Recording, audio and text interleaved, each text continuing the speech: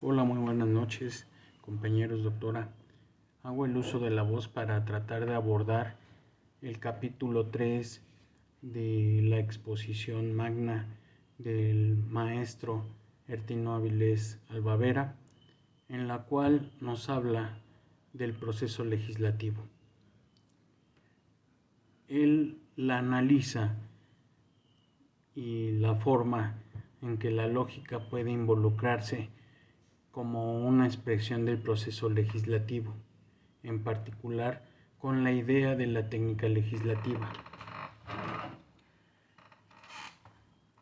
Él cita y nos recomienda que convendría precisar desde un inicio que la lógica proviene del vocablo griego que significa pensamiento, razón e inteligencia.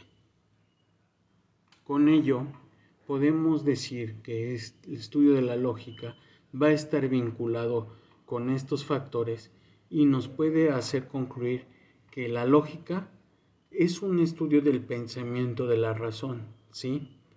Pero también va a ser un estudio de los instrumentos cognitivos conforme a los cuales una persona puede llegar a conocer. El maestro nos indica que la lógica no se pregunta cómo pensamos, sino más bien que desde un punto de vista o un sentido estricto se va a preguntar y va a discutir cómo deberíamos de hacerlo.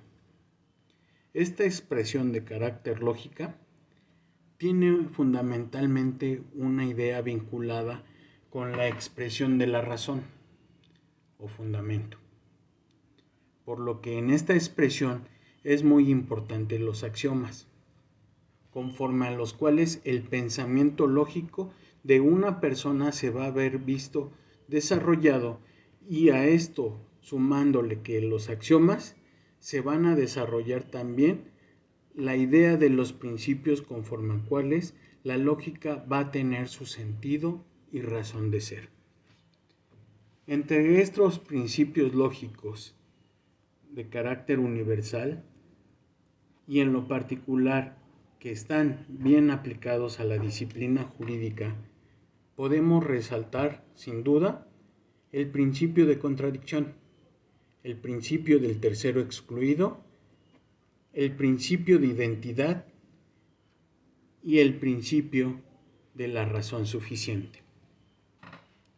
El maestro en su exposición se pregunta y nos hace la pregunta también de cómo lograr que esta expresión a través de los axiomas, de valores y de los principios pueda llevarnos en las técnicas legislativas a poder generar un adecuado proceso legislativo. No desde un punto de vista o carácter práctico, sino más bien desde un punto de vista técnico. De tal manera que el maestro nos cita al maestro Eduardo García Maínez para que a través de esos axiomas podamos llevar en las técnicas legislativas a poder generar un adecuado proceso legislativo. Pero no solamente eso, sino que generemos unas normas jurídicas perfectas, como lo indicaba el maestro Eduardo García Maínez, que tengan su supuesto, su cúpula y una conclusión. Y que no existan también clasificaciones de normas jurídicas de carácter imperfecto y que tengan consecuencia, que nunca encuentren una normatividad supuesto, no desde un carácter o punto de vista práctico, porque sería una tarea muy difícil, sin duda alguna, provocar que la totalidad de nuestros legisladores actuaran bajo los principios lógicos y que sin duda en esta expresión de carácter técnico pretender cómo aplicar la técnica en la construcción del derecho bajo un principio de carácter lógico. Prosiguiendo con esta exposición, cabe decir que la palabra técnica proviene del latín que significa arte, lo relativo al arte, al saber. Y es precisamente eso donde la técnica es un procedimiento o un conglomerado de procedimientos que tienen como objetivo lograr un fin determinado y concreto. En la técnica no se busca responder el qué, sino más bien, en todo caso, va a buscar el responder cómo se hacen las cosas.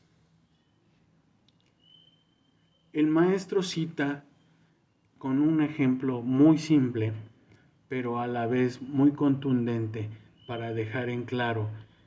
Por ejemplo, él lo aplica en la cocina, donde nosotros definimos esa actividad que se estaría realizando de esa manera el estudio teórico. Pero cómo podemos preparar un platillo o cómo podemos preparar un pastel, ahí es donde está la explicación de carácter técnico. O sea, en cómo desarrollar las cosas. En la técnica no explicamos el derecho. En la técnica explicamos cómo debería de producirse el derecho. Eso es lo que dice el maestro Ertino Avilés. De tal manera que la expresión legislativa tiene un alcance tanto de una manera formal como de una manera material formal. La formal es la exigencia de formular de manera clara, inequívoca y exhaustiva los preceptos contenidos en las leyes. Y la material se va a referir a la ordenación de las instituciones que tienden a solucionar y a satisfacer de manera congruente los conflictos. Ahora bien, en ese sentido, cuando el maestro habla de que la norma tiene un carácter formal, podemos entender un compendiado, un código mercantil, un código familiar o un código civil. Cuando esa norma que se establece de manera formal es útil y práctica, no solamente vamos a hablar de un ordenamiento de carácter formal, sino más bien va a tener materialmente una valía inmensurable. Dice el maestro que si él dispone como norma a sus alumnos en clase en la Facultad de Derecho que no pueden entrar pasados los 15 minutos de haber iniciado su clase como una regla de conducta, allí es donde está técnicamente el origen que dicta la norma como una regla de conducta. Y esa norma de carácter formal porque proviene de la autoridad, en este caso el profesor. Pero el hecho de que la cumplan o no la cumplan, o la acaten o lo dejen de hacer, es de que les permita la entrada después de la pasada la media hora, ellos sigan entrando al salón de clases sin duda alguna. Ello no habla del aspecto formal, sino más bien de un aspecto material, de la vigencia y de la eficacia de la pretensión de carácter normativo. Ahora bien, prosiguiendo con esta breve explicación del capítulo 3, en este orden de ideas, es viable concluir que el objetivo fundamental de la técnica legislativa va a ser el crear un consenso para construir las reglas que establezcan de mejor manera los proyectos de ley, conforme a los cuales ese proyecto de ley puede desarrollarse o puede crearse. Así podemos encontrar algún concepto vinculado con la expresión de la técnica legislativa y cómo ese conjunto de reglas o pasos a seguir en todo el proceso legislativo y podamos obtener un parámetro, a partir del cual hay que confrontar los proyectos de ley para poder llegar a los resultados y que existan después se puedan sintetizar la exposición de los motivos. Prosiguiendo, ya sea bien que se incluyan en un apartado constitucional o bien porque se trate de un apartado de carácter legal. Ahora bien, el legislador siempre debe de apostar o inclinarse en su técnica legislativa, a manera de construir normas claras y precisas, a construir normas que técnicamente puedan evitar imprecisiones o abstracciones. El maestro nos dice en su conferencia que entre mayor claridad se encuentra la ley, mejores decisiones judiciales podemos apostar a tener. Ahora bien, desde ese punto de vista y dentro de esa técnica legislativa, la sencillez y la precisión, sin duda, van a ser los mejores instrumentos.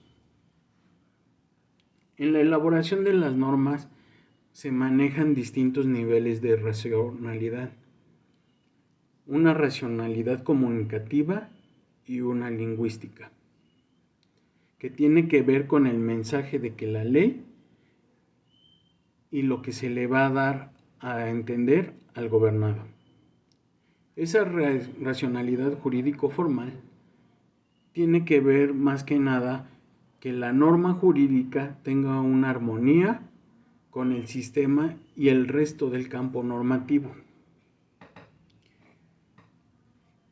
Prosigo. En ese sentido, convendría y vale mucho la pena precisar que mientras la expresión del orden normativo nos habla de unas normas aisladas, en su estudio, cuando hablamos de un sistema normativo, también hablamos de un conjunto de normas vinculadas entre sí, que nos permiten todas ellas para la elaboración de un dictamen o una resolución. La ley no es una isla. La ley es parte de un continente. Eso dice el maestro Artino y debe de verse a través de un sistema, porque ante la imprecisión de una norma, el juzgador siempre debe de buscar vincularlo con otra serie de cuerpos normativos donde estará la jurisprudencia, los reglamentos, la doctrina, la costumbre y en última instancia los principios generales del derecho.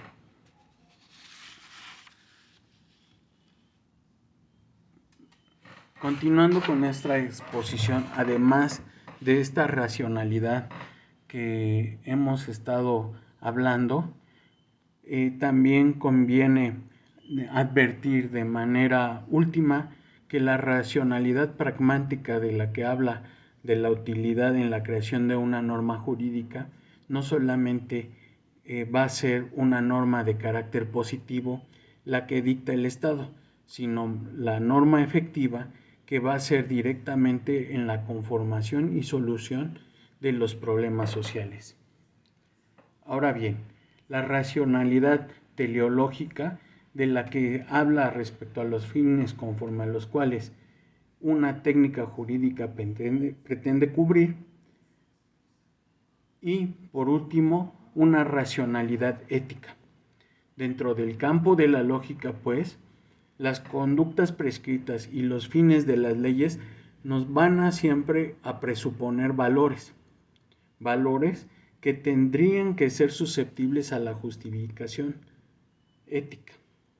Sin duda alguna, el que exista una norma que nos permita regular de manera armónica una convivencia social es mejor que los alineamientos que en una sociedad puedan tener para encontrar una ley. El principio siempre rector de sus actividades no podríamos entenderlos sin alguna ley, sin derecho, sin orden, porque el caos y la ingobernabilidad se harían totalmente presentes. Ya casi para concluir, el derecho como tal no nace solo de la posibilidad de que el gobernado aduce a la ley, sino fundamentalmente nace, como lo dice también el maestro Eduardo García Maínez, y lo cita muy bien el maestro Ertino, de que el fenómeno del derecho va a nacer de la ley y que nazcan tanto las titularidades de la administración de justicia como los procesos del carácter judicial. A manera de conclusión, el poder tener más leyes que permitan una auténtica regulación, pero la creación de las leyes debe de basarse y buscarse como los principios lógicos, estos niveles de racionalidad teleológicos pragmáticos o incluso sobre un aspecto de carácter ético. Compañeros, doctora, hasta aquí la tercera parte de esta conferencia. Muchas gracias.